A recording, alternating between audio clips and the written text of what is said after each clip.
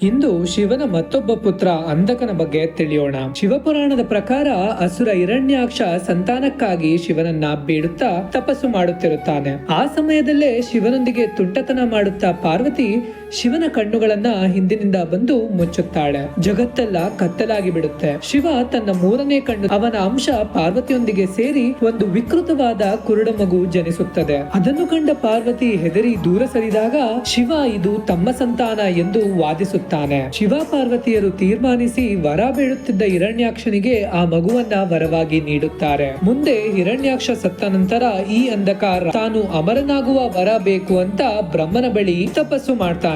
ಆದ್ರೆ ಬ್ರಹ್ಮ ವರ ನೀಡುತ್ತಾ ಒಂದು ಷರತ್ತು ಹಾಕುತ್ತಾನೆ, ನಿನಗೆ ನಿನ್ನ ಜನ್ಮದಾತನಿಂದ ಮೃತ್ಯು ಅಂತ. ತನ್ನ ತಂದೆ ಹಿರಣ್ಯಾಕ್ಷ ಆಗಲೇ ಸತ್ತು ಹೋಗಿದ್ದರಿಂದ ಅಂಧಕ ಏನು ಚಿಂತಿಸಲಿಲ್ಲ. ತನ್ನ ರಾಜ್ಯಕ್ಕೆ ಹಿಂದಿರುಗಿದ ಅಂಧಕ ದೇವತೆಗಳು, ದೈತ್ಯ, ಅಸುರರು ಎಲ್ಲರನ್ನೂ ತನ್ನ ವಶಕ್ಕೆ ತೆಗೆದುಕೊಂಡಿದ್ದ.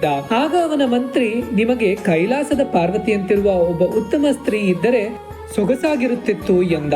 ತನ್ನ ತಾಯಿಯವಳು ಎಂದು ತಿಳಿಯದೆ ಗುರು ಶುಕ್ರಾಚಾರ್ಯರೊಂದಿಗೆ ಕೈಲಾಸಕ್ಕೆ ಯುದ್ಧ ಮಾಡಲು ಅಂಧಕ ಹೋಗ್ತಾನೆ. ಶಿವ ತನ್ನ ರೌದ್ರ ರೂಪ ತಾಳಿ ಅಂಧಕನ ವಧೆ ಮಾಡುವಾಗ ಅಂಧಕನಿಗೆ ತನ್ನ ತಪ್ಪಿನ ಅರಿವಾಗುತ್ತದೆ. ಅಂಧಕ ಶಿವನನ್ನು ಬೇಡಿಕೊಂಡಾಗ ಶಿವ ತಾನೇ ಅವನ ನಿಜವಾದ ತಂದೆ ಅಂತ ತಿಳಿಸಿ ತನ್ನ ಗಣಗಳಲ್ಲಿ ಒಬ್ಬನಾಗಿ ಮಾಡಿಕೊಂಡ. ಇನ್ನು ಇದೇ ತರಹದ ಪುರಾಣದ ಕಥೆಗಳಿಗಾಗಿ ನಮ್ಮ YouTube channel Puranas by Sachin subscribe ಮಾಡೋದನ್ನ ಮರಿಬೇಡಿ.